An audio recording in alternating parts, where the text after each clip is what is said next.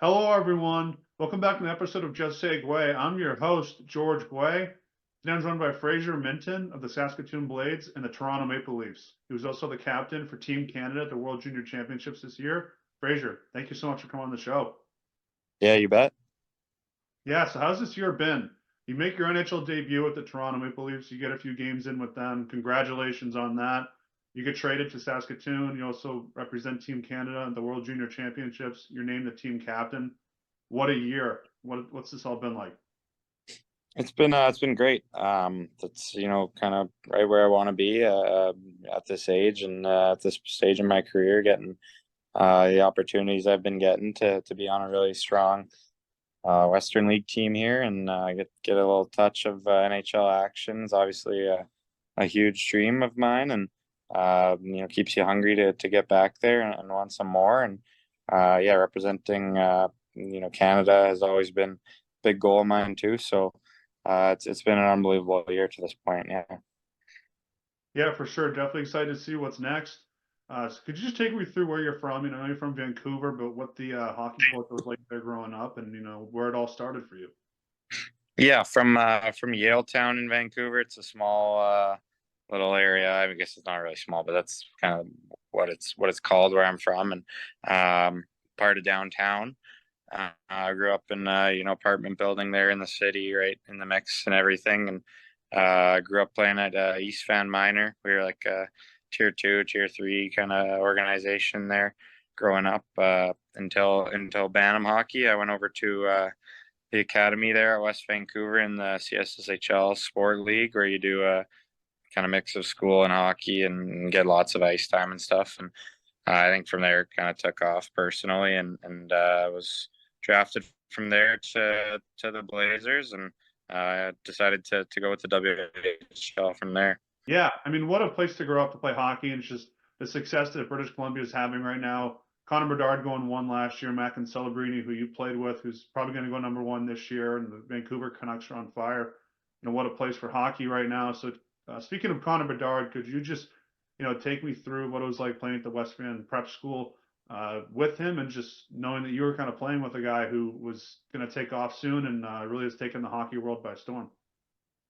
Yeah, it was fun, and it was good turning point for myself. Obviously, getting to see how he you know does everything on a daily basis, how competitive he is, how driven he is, and the passion he brings to the rink is contagious, and it makes it really fun. He's a unbelievable teammate first, and an awesome player as well. So that was a super big privilege to get the chance to play with him.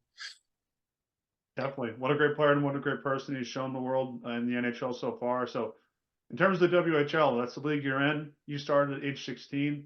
What was that experience like? Because so many players do start young, but there are a lot of challenges like with that. What was that experience like? It was great. I loved it there in Kamloops as a young guy. We had a great older guys, great leaders that made the transition pretty easy from living at home to being on the road all the time, and then in billet houses is a big jump. But the coaching staff and the guys that we had there were unbelievable, and yeah, it right away from the start was some of the best days of my life being there for sure. Yeah, and you've made it to the NHL, and I was just wondering, in terms of that league in the WHL, why do you think it was the best league to prepare you for, to get drafted, to play in the World Juniors, and to eventually make it to the Toronto Maple Leafs? Because I know a lot of players in other leagues can make the case that, hey, the league that I'm playing in is the best one to do that, but it worked out for you so well. Yeah, I wasn't very sold on like WHL college. I had no idea what I wanted to do really as a 14, 15 year old player there in my Bantam draft year even, and my first year midget there, and you kind of have that last year to figure it out. So I played around it like with the BCHL a little bit, thought about that, even played a couple games in that league as a call up, thinking that maybe college was something that would benefit me. Obviously, my parents were pretty big on the education part and wanting to have something in case hockey didn't work out, and they kept it realistic. Obviously, it's a bit of a long shot when you're a 15-year-old to say you're going to play in the NHL and stuff. So Definitely considered both the routes, but I think in the end, the dub just, I thought it's that with the way the schedule works and how competitive it is, how you're playing against, guys that have played in the NHL when you're 16, then like 19-year-olds, guys coming back and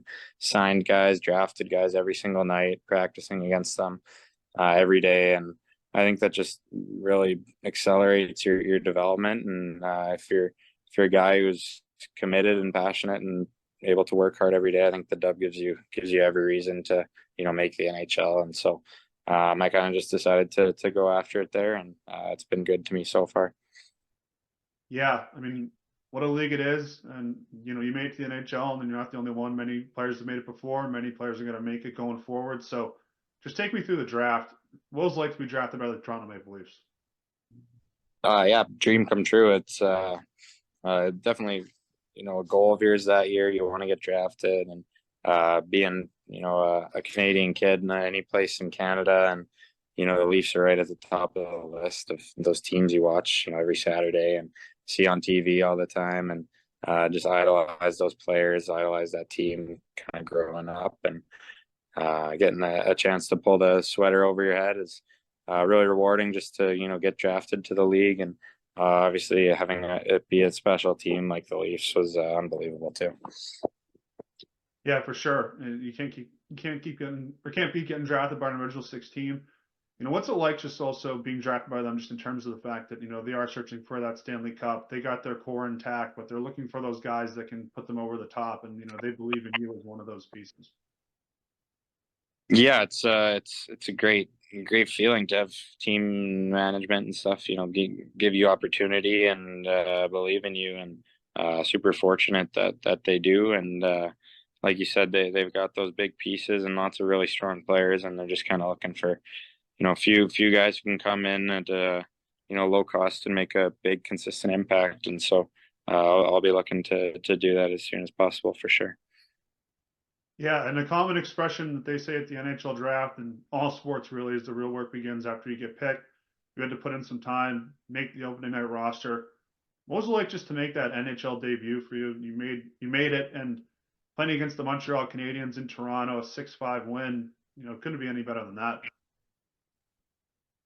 Yeah, it was very very special night, and something that'll be with you for the rest of your life, which is cool. There's certain moments that stand out. That'll definitely be one of them. Just kind of earning your way there, and being involved with that game was amazing. Yeah, and in your time there, you're playing with not only the best players in the team, but some of the best players in the world, like Austin Matthews, Mitch Marner, Nylander, John Tavares. When you step in that locker room, and what do you see with those guys, and what are you trying to take away from them, just to help your game as well, while you're trying to help win games for them as well? Yeah, I think you kind of walk in there as a fan and see them for the first time, and a little starstruck and all that. But you just realize they're just people. They're good at what they do because they've worked at it, and they work harder than everyone else. That's why they're more skilled. It's not just some talent they're born with, right? So understanding that, and knowing that it takes a lot of time, a lot of hours and effort to get to that level, to get where those guys are. And it's good to see that firsthand, I think, because sometimes the guys get portrayed as these unbelievable athletes, and they are, but it's all from the hard work that they've put in over the years. And understanding that allows you to kind of go after more, I think, yourself. Yeah, for sure. What a special experience to play with them, and be able to help them win games. That's unbelievable. So you go back to the WHL with the Blazers, and you get traded. And one of the things I just wanted to talk about, I mean, how difficult is it? I know you were the captain of the team, but like in hockey and every sport, it is a business, and deals have to be made. And just how challenging was that to go to a new team after all your time in Kamloops? Yeah, it's very tough, and you see it when you're a young guy and older guys get traded, and that's hard right from the start. But when you're the guy leaving, it's a lot harder than watching guys go, just because you're leaving, everybody. You're leaving all your best friends, your billets, your friends in the town you've met over the years, and even just like the places you like to hang out. It's sad to leave them behind, and you never really know when you'll be there again and if you'll be there again with those people. So it's very challenging, and at first definitely a bit of a struggle and shock to the system, but it's been unbelievable here, and it always is when you get traded. I think you find a home, with your new team. You find that all the guys are great around the leagues, and the coaches do their best, and the management to make you feel at home. And if teams are trading for you, means that they probably think you fit in pretty good to begin with. So it's been a pretty easy, seamless transition after the initial shock there, for sure. Yeah, definitely. Saskatoon's a great place and great team to play for, and it's great that they've welcomed you, and it's been a good experience so far. So, just want to get into World Junior Championships. You were selected to the team, and you were also the captain of the team. What did that mean to you? Just because you've seen throughout the years watching that tournament for so long, and just being able to do that. Yeah, it was special. It's good accomplishment, and something that I wanted to achieve. So obviously, like everything, feels good to take off a goal off the list, and rewarding to be recognized as a person that the coaches can trust, and that the staff respects. So it was fun to get that opportunity, and obviously a bit of a disappointing result. But after you're able to step back and put into perspective it how you got there, and you're really proud of that, and happy that you got that opportunity. For sure. And you're someone who's clearly had to deal with a lot of pressure just playing in the last year. I mean, you put on the Toronto Maple Leaf sweatshirt, and that has a lot of pressure because, like you said, that city's trying to win a Stanley Cup, and you put on the Canadian Maple Leaf at the World Junior Championships. I mean, how challenging is it to deal with that kind of pressure, or is it just once the puck drops, it's hockey? Yeah, it's definitely adds a bit. Like, it's impossible to ignore that.